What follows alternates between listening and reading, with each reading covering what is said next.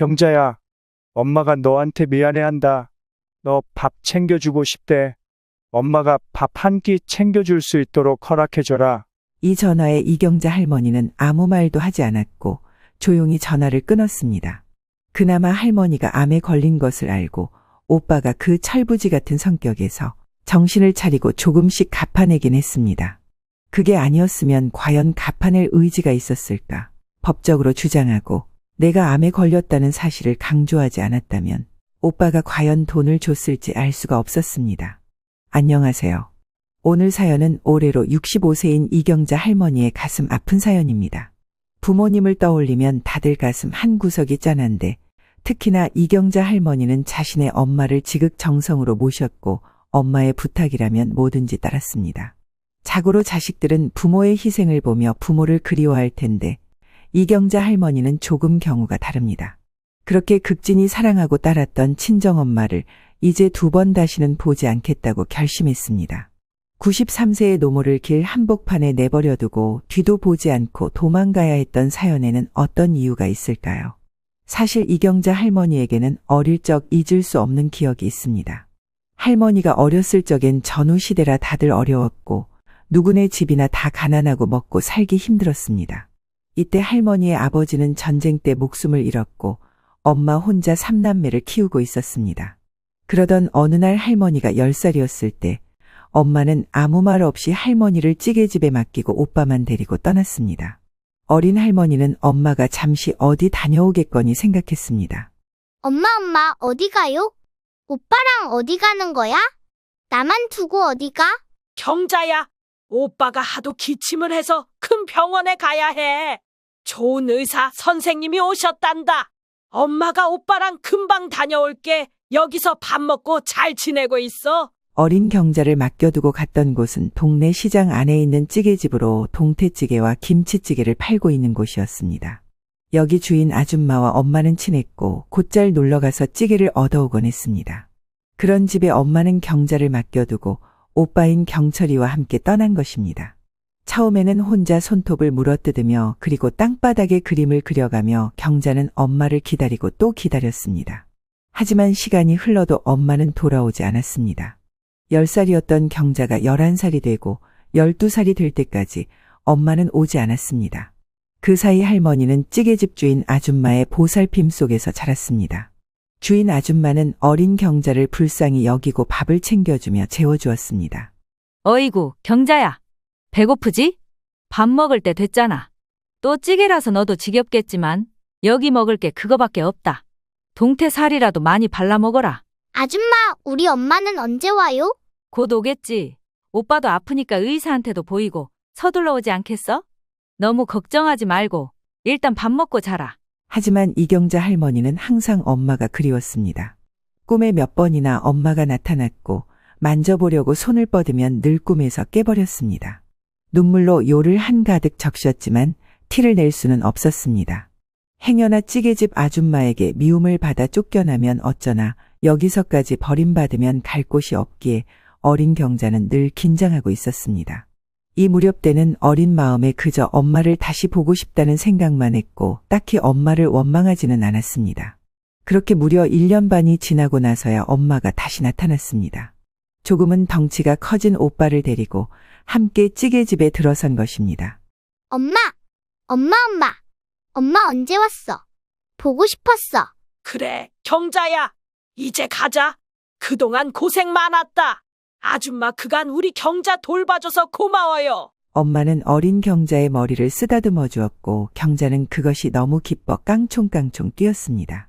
그 당시에도 오빠는 여전히 엄마와 함께 있었고 새로운 집에 가보니 자그마한 마당과 여전히 작달막한 집이 있었습니다.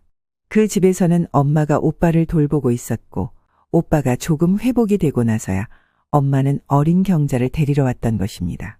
하지만 그때 엄마가 경자를 데려간 이유는 단순히 가족이 함께 있기 위함이 아니었습니다. 오빠의 병으로 집안 경제는 더 어려워졌고 엄마는 할머니에게 식모 일을 시켜 돈을 벌게 할 계획이었기 때문입니다. 경자야, 여기 앞쪽에 있는 집에서 밥 해주고 빨래도 해주고 도와주면 얼마씩 준다더라. 엄마도 일하고 너도 일하고 뭐든 밥벌이를 해야 한다. 응, 엄마. 뭐든지 할게. 나 잘할 수 있어. 어린 경자는 그저 엄마와 함께 있다는 사실만으로 기뻤고 딱히 엄마의 계획을 깊이 생각하지 않았습니다. 엄마의 머리카락을 만지면서 엄마 품에서 함께 잘 수 있는 것만으로도 어린아이는 안도했던 것입니다. 그런데 엄마의 소개로 알게 된 집에서 식모로 일하게 됐는데 그 집에서 어린 경자는 말도 못할 고생을 했습니다. 또래의 여자아이가 있었고 그 아이 엄마도 있었는데 가난한 형편의 식모로 온 경자를 괴롭혔습니다. 왜 이렇게 느려 터졌어? 아이고, 진짜 궁상이다, 궁상. 보통 빈티가 나야지. 일이라도 쓸만하게 할 줄 알았다니 이딴 게 다 있대. 가서 네 엄마 불러와. 아니에요. 저도 할 수 있어요. 죄송해요. 어린 경자는 떡이 가득 들어있는 솥을 들고 가다 넘어지기도 하고 그 집 여자아이에게 말 못할 괴롭힘을 당하면서도 엄마를 기쁘게 해주고 싶어 참았습니다. 그렇게 벌어온 돈은 엄마가 고스란히 받아 생활비로 쓰는 듯 했습니다. 그 당시에도 그 좁은 집에서 작달막한 방에 오빠는 몸을 누이고 있었습니다. 손 까딱하지 않고 오빠는 늘 누워서 책만 읽었습니다. 경자의 손이 새까매지고 손톱도 다 상해가며 일하고 돌아와도 오빠는 꿈쩍도 않고 경자와 엄마가 해주는 밥만 먹었습니다. 하지만 경자의 식모 생활은 머지않아 끝나게 되었는데 식모로 일하고 있는 주인집 아주머니에게 심하게 얻어맞았기 때문입니다. 동네에서 난리가 났고 그 꼴을 보고 쫓아온 엄마는 기겁한 얼굴이었습니다. 얼굴에 약을 잔뜩 발라준 엄마는 속상했는지 등을 뒤로 하고 울음을 터뜨렸습니다. 경자야, 미안하다. 더 이상 너를 힘들게 하지 않을게. 엄마한테 말도 못했다니. 이제 거기서 일하지 않아도 된다. 그 이후로 엄마는 할머니에게 고된 일을 맡기지 않았고 할머니는 그 점에서 엄마가 자신을 사랑한다고 생각했습니다. 상처가 가득한 내 얼굴을 보고 놀란 엄마의 얼굴 안에 어린 경자를 향한 사랑이 충분하다고 느꼈던 것입니다. 하지만 그런 기쁨을 느꼈던 것은 잠시였고 이후로는 아주 잔잔하게 너무 자연스럽게 이경자 할머니의 본격적인 순환은 펼쳐지게 됩니다. 어린 날에는 그나마 자기가 힘들게 밥벌이를 한다는 인식이라도 있었지만 성장하면서 학교를 다니고 공장을 다니는 동안에는 아주 당연하게 여겨졌습니다. 이때는 엄마도 미안해하지 않았고 당연히 일을 해야 한다고 말했습니다. 너도 나이를 먹을 만큼 먹었으니 밥값을 해야지. 외삼촌이 보태주고 있지만 생활비가 턱없이 부족해. 오빠도 아직 몸이 안 좋고 그래도 오빠가 서울에 있는 대학에 다니게 되었다고 하니 너무 기쁘다. 엄마는 그렇게 말하면서도 어린 경자를 공장에 취직시켰습니다. 옆집 정순이도 진즉에 공장 들어갔어. 그 집 언니도 그렇고 이제 슬슬 일들 해야지. 할머니는 당시의 공부에 대해 흥미도 없었고 이런 엄마의 결정에 불만은 없었습니다. 그렇게 봉제 공장과 전자 부품 공장에서 일하며 번 돈을 모두 집에 가져다 주었습니다. 그 돈은 대부분 오빠의 학비와 병원비로 사용되었고 그때는 그게 당연하다고 생각했습니다. 게다가 어찌 보면 참 불행하게도 할머니 입장에서는 슬픈 상황이라고 해야 할까요? 오빠는 머리가 좋아 외가 쪽의 기대를 한 몸에 받았습니다. 엄마는 오로지 오빠의 성공만을 바랐고 할머니의 고생에는 무관심했습니다. 네 오빠는 정말 큰 사람이 될 거야. 비록 어릴 때 폐병으로 큰 고생을 했지만 그 덕분에 의사가 될 꿈을 갖고 있잖아. 이렇게 훤칠하고 공부도 잘하고 하늘에서 네 아버지가 얼마나 보람을 느낄까. 하지만 오빠는 보란 듯이 엄마의 기대를 저버린 채 의사에 대한 꿈을 접었습니다. 멀쩡하게 서울에 있는 대학을 나왔지만 같이 어울리던 몇몇 친구들의 말에 넘어가 대학을 중퇴했습니다. 그런 상황에서도 엄마는 오빠를 크게 야단치지 않았고 오빠를 기다려주자고 했습니다. 그렇게 번듯한 학교를 중퇴해버린 탓에 오빠는 자기 딴에 이 상황을 다시 만회하고자 사업을 시작하겠다고 합니다. 엄마, 나 이번에 정말 괜찮은 사업을 알게 됐어. 대학 동기들이랑 지금 얘기하고 있는데 좋은 투자처가 생겼더라고. 진즉 이쪽으로 나는 공부를 해야 했어. 이때는 누가 뭐라고 할 것도 없이 아주 자연스레 이경자 할머니의 돈으로 모든 것이 돌아가고 있었습니다. 결국 할머니는 더 많은 돈을 벌기 위해 여러 곳에서 일했습니다. 공장에서는 야간 근무를 하고 낮에는 세탁소나 음식점에서 부업을 했습니다. 그렇게 번 돈은 오빠의 사업 자금으로 들어갔습니다. 하지만 오빠의 사업은 자주 실패했습니다. 그럼에도 할머니가 이때까지만 해도 모른 척 돈을 벌어다 사업에 보태줄 수 있었던 건 엄마가 늘 오빠를 자랑스러워했기 때문입니다. 오빠는 크게 될 거야. 나중에 사업 잘 돼서 번듯하게 가정도 꾸리고 각시도 만나고 그러면서 가족들에게 더 잘할 거다. 할머니도 늘 이런 얘기를 엄마에게 듣고 자랐기 때문에 오빠를 돕는 것이 그렇게 힘들게 느껴지지는 않았습니다. 그런데 이런 상황에 불만을 갖는 이가 한 명 있었으니 바로 오빠보다 2살 위인 언니 이경순이었습니다. 언니는 훨씬 옛날에 먼 친척에게 맡겨졌고 그래서인지 할머니는 언니와 지낸 날들이 그다지 길지 않습니다. 나중에 엄마가 언니를 찾아갔고 언니는 잠깐 우리 집에 머물다가 성인이 되어 곧 집을 떠났습니다. 이후로 언니는 엄마와 연락을 끊었고 지금까지 소식을 모릅니다. 아마도 언니 역시 엄마의 차별과 냉대 속에서 많은 상처를 받았을 것이라고 짐작했습니다. 왜냐하면 마냥 순한 이경자 할머니와 달리 언니는 엄마의 사랑이 오빠에게만 깃들어 있다는 것을 빨리 눈치챘습니다. 그래서 오빠를 괴롭히기도 했습니다. 나쁜 녀석, 너 때문에 대체 몇이 고생하는 거냐? 남자 녀석이 사지 멀쩡한데 누워가지고 맨날 기침만 하고 있고 너 때문에 여자들은 몸이 축나도록 일해서 돈 갖다 바치고 네가 제일 나빴어. 그러면서 엄마가 없을 때 몰래 오빠에게 손찌검을 하기도 하고 괴롭히기도 했습니다. 당시 어린 경자는 몸이 아픈 오빠가 가엾어서 언니의 미움을 받는 오빠를 챙기려 했습니다.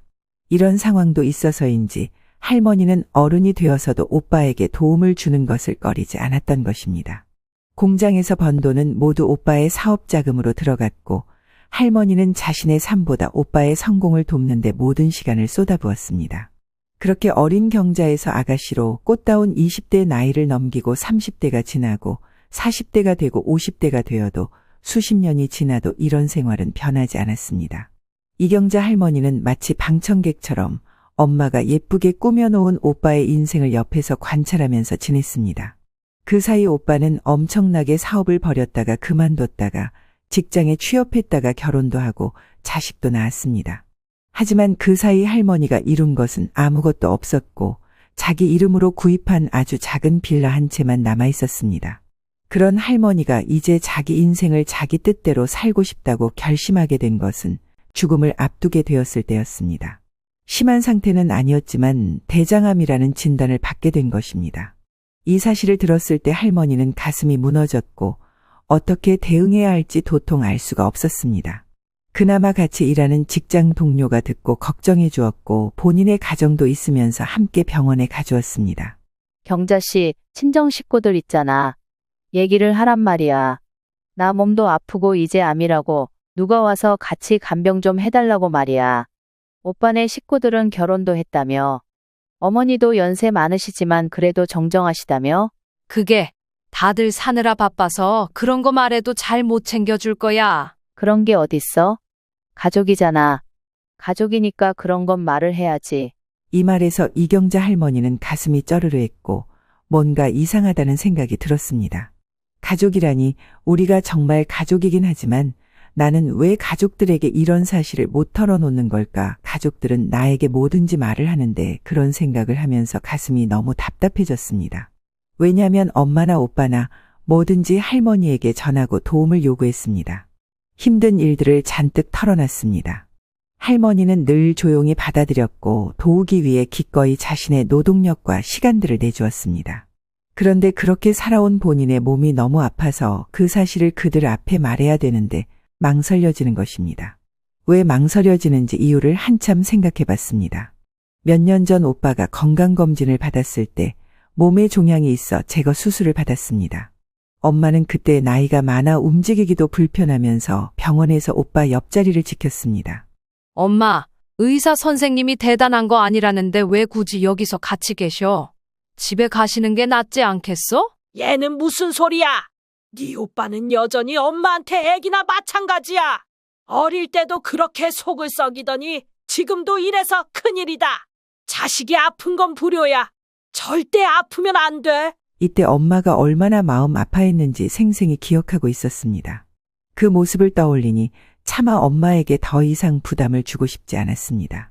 그래서 결국 아무 말도 하지 않기로 했습니다. 그러다가 어느 날 엄마가 시골에서 올라오셨고 평소처럼 이런저런 요구를 했습니다. 이번에 네 오빠네 집에 가서 하루 자고 올라고 한다. 네 새언니가 또 갑자기 왔네. 모네 난리를 치겠지만 하여간 네 오빠가 다른 건 다 있어도 마누라 복이 없어. 네 오빠한테는 영 안 맞는 그릇이야. 자식만 그렇게 일찍 안 낳았어도 얼마든지 새 장가 갈 수 있는데 원. 네가 이번에 좀 태워다 줘라. 가는 길에 떡이랑 과일도 좀 사갈 거니까 시장도 알아봐주고. 이때 할머니는 왠지 모르게 피곤한 느낌이 들었고 조심스럽게 말을 꺼냈습니다. 내일 간다고.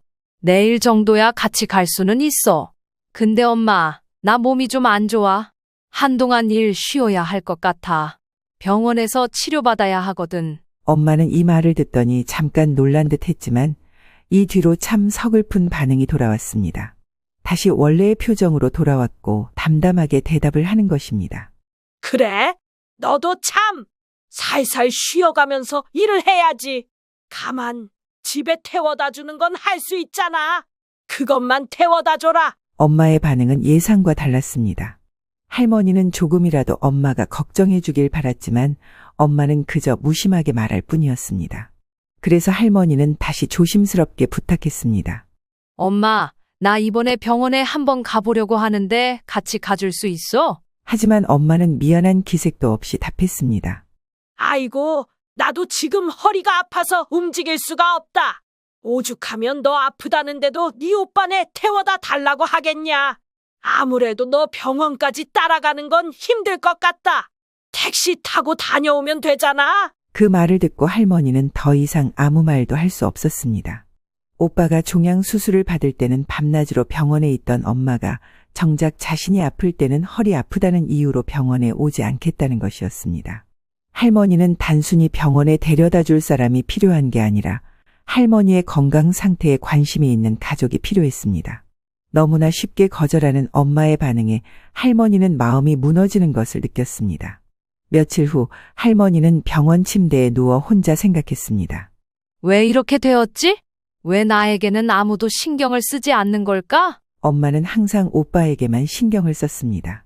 오빠가 사업을 시작할 때도 실패할 때도 엄마의 마음은 오로지 오빠에게만 쏠려 있었습니다. 할머니가 아프다는 사실은 엄마에게 그리 중요한 문제가 아니었던 것입니다. 그런 와중에 할머니는 몸이 점점 더 아파졌습니다. 스트레스도 겹치면서 이제는 정말로 엄마에게 자신의 상황을 말해야겠다고 결심했습니다. 이제는 말해야지. 나도 더는 이렇게 못 버티겠어. 할머니는 마음속으로 그렇게 다짐했습니다. 하지만 그 순간 엄마에게서 다급한 전화가 걸려왔습니다. 경자야. 큰일 났어. 네 오빠가 이혼했대. 그 말을 듣는 순간 할머니는 잠시 멍해졌습니다. 솔직히 많이 당황스러웠지만 그렇게까지 놀라운 일은 아니었습니다. 엄마가 그동안 오빠의 아내, 그러니까 새언니를 많이 괴롭혀왔고 이혼은 언젠가 터질 일이라고 생각했기 때문입니다. 그래도 오빠가 혼자가 되었다는 사실은 복잡한 감정을 불러일으켰습니다. 일단은 집에 아주 큰 사건이 일어났으니 이때만큼은 함께 회의를 하고 이야기를 나눴습니다. 그런데 그 자리에서 엄마는 이경자 할머니에게 당연하다는 듯이 말했습니다. 오빠 혼자 남았으니 조카는 내가 좀 맡아 돌봐줘라. 엄마가 저러고 나가버렸으니 저 혼자 남은 애를 어쩌면 좋냐? 네 오빠도 남자 힘으로 어떻게 딸을 키우겠어? 그 말을 듣자마자 할머니는 가슴 속에서 울컥하는 감정이 차올랐습니다. 엄마, 상황은 안 됐지만 내가 조카를 왜 맡아야 해? 오빠가 자식을 돌보는 게 맞는 거 아니야? 뭐가 어떻게 되건 간에 자기가 책임을 져야지. 엄마는 차분하지만 단호하게 대답했습니다. 오빠는 저렇게 혼자 살 사람이 아니잖니. 언제고 재혼할 텐데 그때까지만 잠시 도와주면 되지 않겠니? 오빠 혼자서 힘들잖아. 네가 얘를 맡아주면 오빠가 숨 좀 돌릴 수 있을 거야. 할머니는 순간 아무 말도 할 수 없었습니다. 엄마가 또다시 자신에게 오빠의 책임을 떠넘기고 있다는 사실이 너무나도 분명하게 느껴졌기 때문입니다. 엄마, 이제서 말하는 거지만, 아니 너무 늦었지만 나도 할 말이 있어. 이제 나도 내 삶을 살고 싶다고. 평생 오빠 뒷바라지만 하다 보니 결혼도 못하고 내 인생을 다 놓쳤어. 그런데 이제 와서 어린 조카까지 돌보라고. 하지만 엄마는 할머니의 말을 듣고도 전혀 동요하지 않은 채 담담하게 말했습니다. 네가 결혼 못한 건 누구 탓이 아니야. 내가 잘못한 것도 아니고 다 너를 생각해서 그런 거지.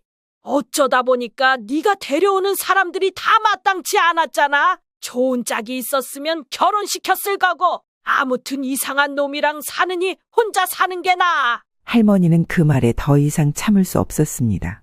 엄마, 진짜 그게 말이 된다고 생각해?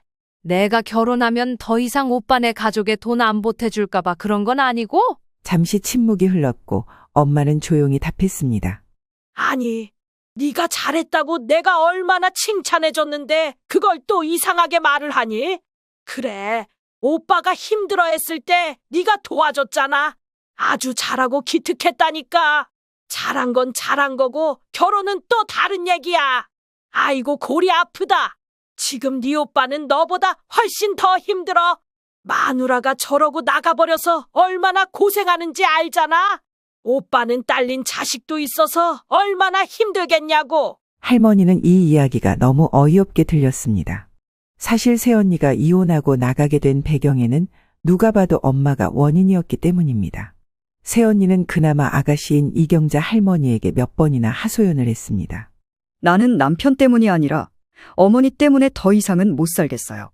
어머니 같은 분을 시어머니로 둔 사람은 진짜 못 살아. 내가 장담하건대 오빠는 아마 누구랑도 못 살 거예요. 자기 아들밖에 모르는 엄마가 뒤에서 눈 시퍼렇게 뜨고 쳐다보는데 감히 어떻게 다른 여자랑 살아. 어머니 돌아가셔야 가능할 거야. 아가씨 이렇게 말해서 미안해요. 근데 나 진짜 오빠랑 못 살겠어요. 새언니는 눈물을 흘리며 그렇게 말했습니다. 그때 할머니는 새언니의 마음을 이해할 수 있었습니다. 엄마의 끝없는 간섭과 괴롭힘이란 딸인 본인도 힘들었는데 며느리인 새언니는 오죽했을까요? 여기까지 계속 떠올리며 침묵을 지켰던 이경자 할머니는 더 참지 않고 말했습니다. 이제는 암을 숨겨서는 안 된다고 생각했기 때문입니다. 엄마, 나도 아파. 나 대장암이래. 요즘 병원에서 치료받고 있어. 몇 번을 내가 아프다고 말을 했는데 엄마는 자세히 물어보지도 않고 오빠 생각만 하네? 할머니는 억눌린 감정을 터뜨리며 말했습니다. 엄마는 잠시 놀란 표정을 짓더니 다시 인상을 쓰며 말했습니다. 얘는 그런 얘기를 왜 지금 하는 거야? 진즉 말을 안 하고. 아무튼 심각하대. 요새 네 나이쯤 되면 다들 암 달고 사는 거지 뭐. 엄마도 겨우 완치했잖아. 다들 그런 거야. 치료 잘 받으면 버틸 수 있어? 그래서 괜찮으니까 오빠를 더 이해해 주라는 거야, 지금? 내 병은 아무것도 아닌 것처럼 말하네? 오빠가 고작 종양인가 뭔가 생겨서 그거 떼낼 때는 세상이 끝난 것처럼 붙어 있더니. 할머니는 화가 치밀어서 이렇게 따졌고 평소의 본인과는 전혀 다른 모습이었습니다. 엄마는 이때만큼은 눈치가 보였는지 입을 다물었고 이 분위기를 불편해하면서 먼저 일어나 버렸습니다. 할머니는 이런 엄마의 반응을 보며 또다시 무너지는 기분이 들었습니다. 그런 와중에도 할머니는 이제 이혼하고 엄마가 없는 홀로 남은 조카에게 금전적인 지원은 거두지 않았습니다. 조카는 아무런 잘못이 없었고 단지 상황에 휘말린 아이일 뿐이었기 때문에 계속해서 도움을 주었습니다. 비록 할머니 자신도 몸이 아프고 경제적으로 어려웠지만 조카만큼은 챙겨야 한다는 책임감이 있었습니다. 어린 날 자신의 모습과 겹쳐 보이기도 했기 때문입니다. 하지만 시간이 흐르면서 할머니의 몸 상태는 점점 나빠졌습니다. 암 치료를 받으면서 더 이상 일할 수 없었고 금전적인 지원도 어려워졌습니다. 그러던 어느 날 몇 달간의 침묵을 깨고 엄마로부터 연락이 왔습니다. 나 서울 가서 네 오빠네 집 좀 들려보려고 한다. 너도 같이 와서 밥이나 먹자. 오빠가 엄마 밥 먹고 싶대서 온 거야. 이것저것 잔뜩 싸들고 가련다. 엄마는 그전의 다툼은 모르는 척 말을 꺼냈고 할머니도 딱히 큰 기대는 하지 않았기에 엄마를 모시러 갔습니다. 그리고 차 타고 넘어오는 길 할머니는 차에서 엄마에게 조심스럽게 말했습니다. 엄마, 나 이제 몸이 너무 안 좋아서 더는 조카한테 돈을 보낼 수가 없어. 이제 좀 쉬고 싶어. 오늘도 오빠한테 데려다 드리고 나는 그만 집에 갈게. 가서 좀 쉬고 싶어. 그 말을 하면서도 할머니는 마음속 어딘가에서 죄책감을 느꼈습니다. 평생 희생해온 자신이 이제 조카에게조차 도움을 줄 수 없다는 사실이 마음을 무겁게 했습니다. 하지만 할머니도 더 이상은 버틸 수 없었고 자신의 삶을 살아가야 했습니다. 그러나 엄마의 대답은 할머니의 귀를 의심하게 만들었습니다. 그렇게 무리해서 많이 안 줘도 돼. 절반만 보태주면 되잖아. 다들 형편껏 도와주는 거지 뭐. 순간 할머니는 더 이상 참을 수 없었습니다. 평생 오빠를 위해 희생하며 살아왔는데 이제 몸까지 병들었음에도 엄마는 여전히 오빠를 위한 희생을 요구하고 있었습니다.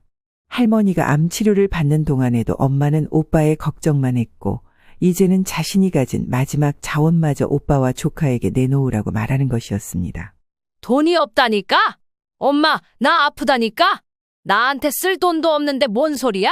할머니는 이때 울분을 차올랐고 그만 와악하고 소리 질렀습니다. 얘는 왜 이렇게 소리를 질러? 아니 막말로 너는 혼자 사는데 뭐 돈 들어갈 때가 많아? 이래서 꼬박꼬박 월급 받고 있잖아. 집도 있고 뭐가 그렇게 돈이 없어? 아니, 내 말이 뭐로 들리는 거야, 엄마? 진짜 돈이 없다고. 엄마 딸이 암이야? 무슨 뜻인지 몰라? 모를까봐 지금 그렇게 박박 따지는 거야? 안다고. 안다는데 왜 이렇게 유난이야? 우리나라에 암 걸린 사람이 너밖에 없냐? 그건 엄마도 속상해.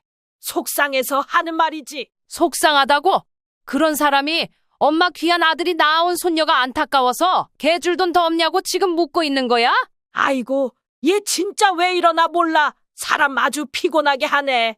왜 똑같은 말을 계속 하게 해? 네가 돈이 없긴 뭐가 없어? 이제는 나이 먹고 욕심이 많아졌는지 아니 돈 싸들고 갈 생각하는 거냐 혹시? 지금 살고 있는 집만 해도 몇 척 되잖아. 그거 팔고 줄여도 얼마 나오겠구만. 내가 왜 그래야 하는데? 이거 내가 내 돈으로 산 집인데 엄마가 왜 그걸 견적을 따지고 있어? 엄마는 오히려 어이없다는 듯이 대꾸했습니다. 얘가 뭘 잘못 먹었나? 왜 이러는 거야? 진짜! 왜 나한테 성을 내? 할머니는 더 이상 참을 수 없었습니다. 한동안 엄청나게 생각했지만 차마 입 밖으로 내지 않았던 말을 이날 터뜨려 버렸습니다. 엄마, 나는 엄마 손녀딸보다 더 어린 나이에 엄마 손에 버려졌어. 그거 잊었어? 그 어린 애를 찌개집에 버려놓고 알아서 먹고 살게 냅뒀지. 목숨보다 귀한 엄마 아들 폐병 고치려고 말이야. 그 뒤로도 나 이경자는 평생 오빠인 이경철 위해서 결혼도 못하고 버는 돈을 족족 다 오빠한테 갖다 바치며 이 나이를 먹었지. 아주 내가 여기서 숨을 거둘 때까지 다 오빠를 위해 뽑아 먹어야 엄마는 성이 차나 봐. 할머니는 본인이 이런 말을 쏟아내고 있다는 자체에 놀랐습니다. 그만큼 속이 아주 곰고 골아터져 버린 것입니다. 그런 와중에도 엄마는 냉정하게 답하며 딸인 이경자 할머니와 싸우려 들었습니다. 너 지금 왜 이래? 나이 먹고 죽을 날만 보고 있는 네 엄마 속을 들춰서 어쩌겠다는 거야? 여기서 할머니는 모든 이성을 놓아버렸습니다. 당장 사과해. 나한테 사과하라고. 나 버리고 간 거 사과하라고. 할머니는 자신의 감정을 주체할 수 없었습니다. 이미 걷잡을 수 없는 상태가 되어버렸습니다. 엄마는 넋이 나간 얼굴로 할머니를 바라보더니 곧장 할머니로부터 눈을 피하고 바로 오빠에게 전화를 걸었습니다. 우리 이제 곧 가니까 그리 알고 있어라. 엄마는 차갑게 말했습니다. 전화 속에서 오빠는 무심하게 대답했습니다.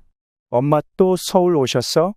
저번에 먹을 거 해준 것도 많은데 나 혼자 애랑 잘 지내고 있다니까 걱정도 많아 하여간.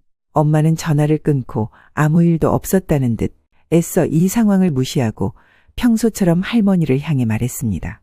일단 나 빨리 수산시장에 내려줘라. 전복 사게 저기 좀 들러보자. 할머니는 그저 암만 말 없이 응시하고 있을 뿐 더 이상 대답이 나오지 않았습니다. 이때는 분위기가 워낙 사나운 상태였고 차마 엄마가 말하지 않았지만 전복은 오빠가 엄청나게 좋아하는 음식이었습니다. 엄마는 딸과 이렇게 무자비하게 싸우고 있는 와중에도 그저 자기 아들 먹일 것만 생각하고 있었습니다.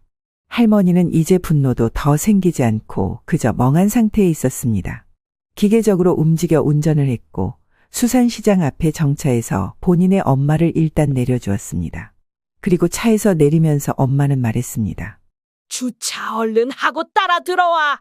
나 무거워서 못 드니까 빨리빨리 내려오고. 할머니는 그런 엄마를 멍청한 표정으로 바라보고 있었습니다. 그리고 눈을 한번 질끈 감았다가 천장을 올려다봤습니다. 이때 무의식적으로 몸이 움직였습니다. 할머니의 몸은 그대로 차를 돌려 주차장이 아닌 반대편 도로를 타기 시작했습니다. 머릿속에서 이런 생각이 계속 맴돌았습니다. 그리고 입 밖으로 내어 말하게 되었습니다. 이제 내가 엄마를 버린다. 내가 엄마를 버리는 거야. 어린 시절 10살에 자신을 버리고 갔던 엄마를, 이제 90세가 다 된 노모를 할머니는 이제 자신이 버리고 있었습니다. 차라리 그때 버려진 상태로 남아 있었다면 더 나았을까. 어쩌면 나는 그때 이후로 2번 다시 버려지지 않기 위해 엄마의 치맛자락을 억지로 붙잡고 있던 게 아닐까. 이제 그 손을 놓아버리자 이렇게 다짐하며 이경자 할머니는 어지러운 머릿속을 안고 그대로 질주해 갔습니다. 그리고 이경자 할머니는 단순히 엄마와의 관계를 끝내는 것을 뛰어넘어 그간의 보상을 받아야겠다는 생각을 했습니다. 더 이상 그들에게 휘둘리지 않기로 마음먹었고 그 결심은 단호해졌습니다. 물론 이때 오빠는 전화해서 난리가 났습니다. 야, 너 제정신이야? 미쳤어. 어떻게 그 정신없는 곳에 엄마를 두고 그냥 갔냐? 거기 상인들 아니었으면 엄마가 지금 무슨 꼴이 됐을지 네가 알기나 해. 이렇게 따지며 욕설을 퍼부었습니다. 처음으로 할머니도 오빠에게 고함을 질렀습니다. 엄마 같은 소리 하네. 그렇게 엄마 걱정됐으면 오빠 네가 와서 모셔갔어야지. 그마저도 나 시켜놓고 지금 따지는 거야. 야, 너 지금 뭐가 잘못된 건지 몰라? 너 일부러 그런 거야? 일부러 그랬냐고? 그렇게 일평생을 본인 뒷바라지하며 산 동생한테 그걸 말이라고 해? 오늘부로 그 노인네는 내 엄마 아니고 네 엄마야. 진작 이렇게 해야 했어. 네 엄마는 네가 챙겨? 오빠는 더 악을 쓰며 화를 냈습니다. 하지만 할머니는 그간 쌓인 감정을 모두 쏟아냈습니다. 나 이 나이에 대장암 걸렸어? 몰랐지? 알다시피 평생을 오빠 네 뒷바라지만 하면서 살았어. 아프다고 하니까 엄마는 들은 척도 안 하고 네 자식까지 나더러 돌보라고 하더라. 내가 치료받고 있다고 말했더니 그럼 돈을 줄여서 보태던지 지금 사는 집을 팔아서라도 보태라던데. 이유가 뭐냐니까 오빠 네가 이혼해서 너무 힘들게 산대. 대체 내가 왜 이렇게 살아야 되냐? 내가 너 뒷바라지 하려고 태어난 인생이냐? 이 말을 들은 오빠는 잠시 숨을 죽였습니다. 나 이제는 도저히 못하겠다. 이 나이라도 내가 얼마나 더 살지 몰라도 이제는 나를 생각하면서 살고 싶다. 나 너한테 돈 돌려받아야겠다. 내가 너한테 야금야금 보태줬던 사업 자금이며 돈들 다 돌려내라. 그러자 오빠는 당황하며 말했습니다. 아니 경자야, 이제 와서 나보고 어떻게 하라는 거냐? 네 사정도 알겠고 너 서러웠던 것도 이해는 하지만 갑자기 이렇게 나오지 마라. 당황스럽다. 할머니는 단호하게 대답했습니다. 법으로 해결할 거야. 나 주변의 친구들한테 묻고 변호사 찾아서 어떻게든 받아낼 거야. 이경자 할머니는 요양보호사 원장에게 상담을 받고 변호사와 연결되어 그간의 문자 기록과 계좌 이체 내역을 근거로 오빠에게 3억에 가까운 금액을 청구했습니다. 물론 실제로는 더 많았지만 증명할 수 있는 금액은 그 정도였습니다. 오빠에게 보냈던 돈이 어떻게 쓰였는지 그동안의 금전적 지원을 검토하며 오빠에게 돈을 청구했습니다. 오빠도 그 돈이 대여금이었다는 사실을 알고 있었기 때문에 법적으로 문제될 것이 없었습니다. 할머니는 오빠에게 내용 증명을 보냈습니다. 처음엔 오빠도 당황했습니다. 그동안 자신을 위해 희생해준 이경자 할머니가 이제 와서 돈을 요구하니 너무 당황스러웠던 것입니다. 하지만 오빠도 할머니의 요구를 무시할 수 없었습니다. 오빠는 받은 돈이 적지 않았고 법적으로도 할머니가 문제를 제기할 수 있다는 것을 알고 있었습니다. 그러던 중 엄마가 전화를 걸어 난리를 쳤습니다. 네가 제대로 미쳤구나. 오빠가 지금 절벽 끝에 서 있는데 뭐 하는 짓이냐? 엄마가 과연 뭐라고 할지 드러나 보려고 전화를 받았고 대답은 역시 예상과 같았습니다. 할머니는 단호하게 말했습니다. 엄마, 다시는 만나지 맙시다. 나는 더 이상 엄마의 딸이 아니야. 엄마가 낳아놓은 가장 이쁜 자식은 오빠 하나뿐이지. 나는 엄마 아들을 위한 희생양으로 살 이유가 없어. 엄마는 그 말을 듣고도 여전히 이해하지 못했습니다. 왜 할머니가 그렇게 화를 내는지 알지 못했습니다. 하지만 이경자 할머니는 이제 과거를 버리고 자신의 삶을 살기로 결심했습니다. 이후로 시간이 좀 걸렸지만 오빠는 어찌어찌 돈을 갚아내었고 그 사이에도 많은 사건들이 있었지만 할머니는 눈 깜짝하지 않았습니다. 악착같이 돈을 받아냈고 그 사이 치료도 계속했고 그나마 다행인 건 대장암 초기여서 여러모로 치료가 가능했습니다. 힘겹게 치료를 다 끝내고 일상으로 돌아와 할머니는 그간 비웠던 집에 몸을 누이고 멍하니 천장을 보고 있었습니다.